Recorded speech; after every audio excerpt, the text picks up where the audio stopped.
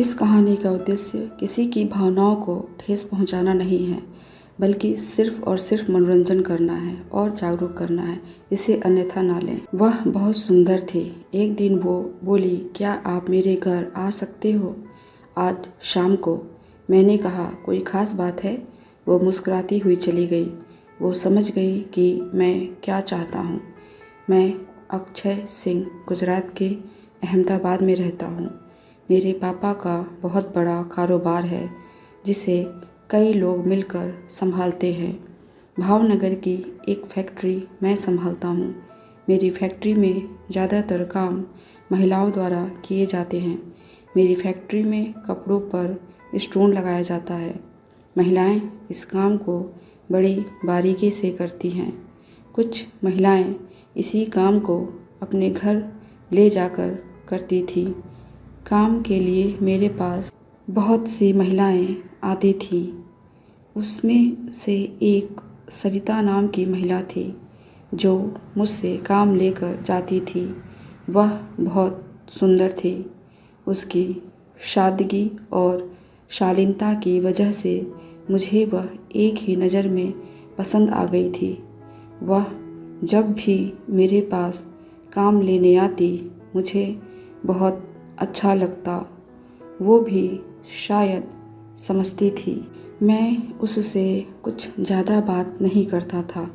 बस काम दिया और हिसाब बनाकर उसे पैसे दे देता था। बस ऐसे ही दिन कट रहे थे। फिर एक दिन उसने मुझसे कहा, भैया मुझे आपसे कुछ काम है। मैं बोला, हाँ बोलो, क्या काम है? वो बोली, भैया क्या आप मेरे घर पर आ सकते हो? मैंने एक बार उसे देखा और बोला, हाँ ठीक है, मैं आ जाऊँगा। कब आना है? उसने कहा, आज शाम को। मैंने कहा, कोई ख़ास बात है जो आज शाम को ही आना ज़रूरी है? वो हल्के से मुस्कुरा दी। आपने आने का वायदा किया है ना, तो बस आप आ जाना। मैंने कहा, हाँ वो तो मैं आ जाऊँगा, पर सरिता ये तो बता कि आज क्या है? तेरा बर्थडे है क्या, या फिर तेरी बेटी का? वो बोली, नहीं भैया वो सब नहीं है, बस यूं ही बुला रही हूँ। मैंने उसे एक बार फिर से देखा और मुस्कुराकर सर हिला दिया। वो मुस्कुराती हुई चली गई। मैं उसको देखता रहा। मैंने सोचा कि ऐसा क्या हुआ जो ये मुझे अपने घर बुला रही है। कुछ बात तो ज़रूर है। कुछ देर बाद मैं अपना सर झटका और काम में लग गया।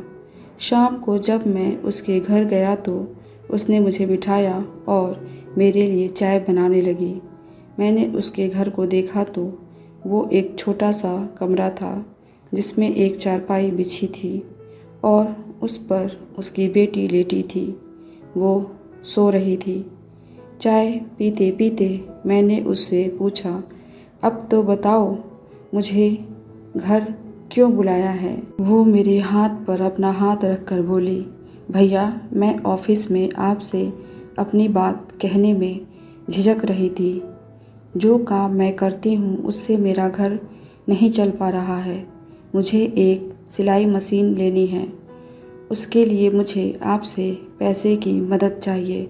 मैंने उसकी आंखों में झांकने लगा। उसने फिर से मशीन दिलाने के लिए बोला। पहले तो मैं उसे मना करना चाहता था, लेकिन न जाने क्यों मैं मना करने की हिम्मत नहीं जुटा सका। वो मेरी आंखों में पढ़ती हुई बोली, मैं समझती हूँ कि आप मुझसे क्या चाहते हैं। मैं सकपका गया, जैसे चोरी करते हुए पकड़ा गया हूँ। मैंने उसकी तरफ देखा और पूछा, मैं क्या चाहता हूँ? इस पर उसने कोई जवाब नहीं दिया। फिर वो बोली, मैं आपका सारा पैसा धीरे धीरे चुका दूँगी। उसको मशीन लेने के लिए मुझसे मदद की दरकार थी, क्योंकि उसका पति सिर्फ 10,000 रुपये कमाता था। उससे सिर्फ घर ही चल सकता था। उसकी एक बेटी भी थी। उसकी पढ़ाई लिखाई, घर का खर्चा, किराए का घर था। तो किराया भी देना होता था। उसके पति की कमाई से घर चलाना मुश्किल हो रहा था, इसलिए उसने मुझे मशीन के लिए अपने घर पर बुलाया था। मैंने हाँ बोल दिया। ठीक है, मैं तुमको मशीन दिला दूँगा, पर उसके बदले मुझे पैसा नहीं, कुछ और चाहिए। ये बात कहना ठीक नहीं है सरिता। मैं किसी मजबूरी का फ़ायदा नहीं उठाता हूँ।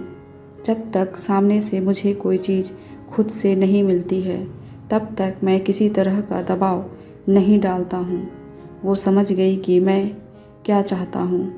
वह नाटक करने लगी। नहीं नहीं भैया, मैं समझती हूँ, पर आप जानते हैं कि मैं ऐसा नहीं कर सकती। मैं अच्छे घर की लड़की हूँ, मुझसे यह सब नहीं हो पाएगा। मैं आपका पैसा आपको दे दूँगी, प्लीज़ आप मेरी मदद कर दो। मैंने उससे कुछ नहीं कहा और उसको पैसे देकर मशीन दिला दी। उसके बाद मैंने उसको कभी भी उस नज़र से नहीं देखा और ना ही उससे इस बात को लेकर कुछ बोला। उसका काम चल पड़ा। उसने धीरे धीरे करके मेरा पैसा वापस करना शुरू कर दिया। पहले महीने में उसने मुझे 500 रुपये वापस किए, फिर दूसरे महीने में 1000 रुपये दिए। अगले महीने उसकी बेटी की तबीयत खराब हो गई। उसके इलाज के लिए उसे 5000 रुपये चाहिए थे। उसके पति ने अपने मालिक से बोला, पर मालिक ने बोल दिया कि वो पैसे नहीं दे सकता है। तब उसने वापस मुझे फ़ोन किया, भैया मेरी बेटी की तबीयत खराब है, मुझे 5000 रुपये चाहिए। मैं यह पैसा भी आपको धीरे धीरे करके दे दूँगी। मैं देना तो नहीं चाहता था, पर उसकी बेटी की बात थी, इसलिए मैंने पैसे दे दिए।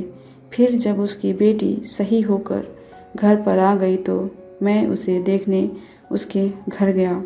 सरिता सामने ही बैठी थी और उसने नीले रंग की फटी नाइटी पहनी थी। मैंने उससे पूछा, बेटी कैसी है? अब इसकी तबीयत कैसी है? उसने मुझे धन्यवाद किया। आपने समय पर मुझे पैसा दिया, इसलिए आज इसकी तबीयत एकदम सही हो गई है। मैंने उससे कहा, कोई बात नहीं सरिता, तुम्हारी बेटी की बात थी तो मेरा ये फ़र्ज़ था। वो मेरी तरफ एक अजीब सी नज़रों से देखने लगी। मैंने उससे कहा, तुम्हें और कुछ ज़रूरत हो तो मुझे बोलना। उसने भी हाँ बोला और साथ ही उसने ये भी कहा कि मैंने आपको गलत समझा था भैया। फिर मैं अपने ऑफिस आ गया। वो मुझे अब बदली बदली नज़रों से देखने लगी थी और जब भी मेरी नज़रें उससे टकराती तो वो मुस्कुरा देती। उसकी मुस्कान मुझे अंदर तक हिला देती। एक दिन की बात है, जब मैं ऑफिस से निकल रहा था तो ना जाने क्यों उसके घर पर चला गया। उसके घर पर वो अकेली थी। उसका पति बेटी को लेकर कहीं गया था। मैंने उसे दरवाजे पर दस्तक दी तो उसकी आवाज़ आई, कौन? रुको, अभी आती हूँ। कुछ पल बाद उसने अपना दरवाज़ा जरा सा खोल कर झाँका। उसे मैं दिखा तो वो खुश हो गई और उसने दरवाज़ा खोलकर मुझे अंदर बुलाया। उस वक्त वो एक नाइटी पहने हुए थी और शायद नहाकर निकली थी। उसके बाल गीले थे। मैं अंदर आकर कुर्सी पर बैठ गया। वो मेरे सामने चारपाई पर बैठ गई और मेरी तरफ देखने लगी। मैंने कहा, मैं बस इधर से गुज़र रहा था तो सोचा तेरी बेटी से मिलता चलूँ। कैसी है अब वो और कहाँ है? वो हंसकर बोली, वो एकदम ठीक है और अपने पापा के साथ एक शादी में गई है। मैं उठने लगा और बाहर जाने लगा। उसने मेरा हाथ पकड़ लिया और बोली, आज ऐसे नहीं जाने दूंगी। वो किचन में चली गई। कुछ समय बाद वो चाय और बिस्किट लेकर आई। मुझे देते हुए बोली, अभी मैं आपके लिए खाना बनाती हूँ, आज खाना खिलाए बिना नहीं जाने दूंगी। हाँ हाँ भाई साहब, खाना खाकर ही जाइएगा। कहता हुआ उसका पति अंदर आया। दोनों कृतज्ञता से मेरे सामने नीचे बैठ गए और कहने लगे, अगर आप हमारी मदद नहीं करते तो हम गरीबी में ही मर जाते। आपने हमारे ऊपर बहुत उपकार किया है। आपका बहुत बहुत धन्यवाद। मैंने उन दोनों का हाथ पकड़ लिया और बोला, सरिता ने मुझे भैया कहा था तो मदद तो करना ही था। मैं इतना ही कह पाया और खाना खाकर अपने घर आ गया। दिल में कुछ मलाल भी था और कुछ खुशी भी। कैसी लगी आपको ये कहानी कमेंट करके ज़रूर बताइएगा। ऐसे ही कहानियाँ सुनने के लिए चैनल को सब्सक्राइब कर लीजिए। मिलते हैं अगली कहानी के साथ। धन्यवाद।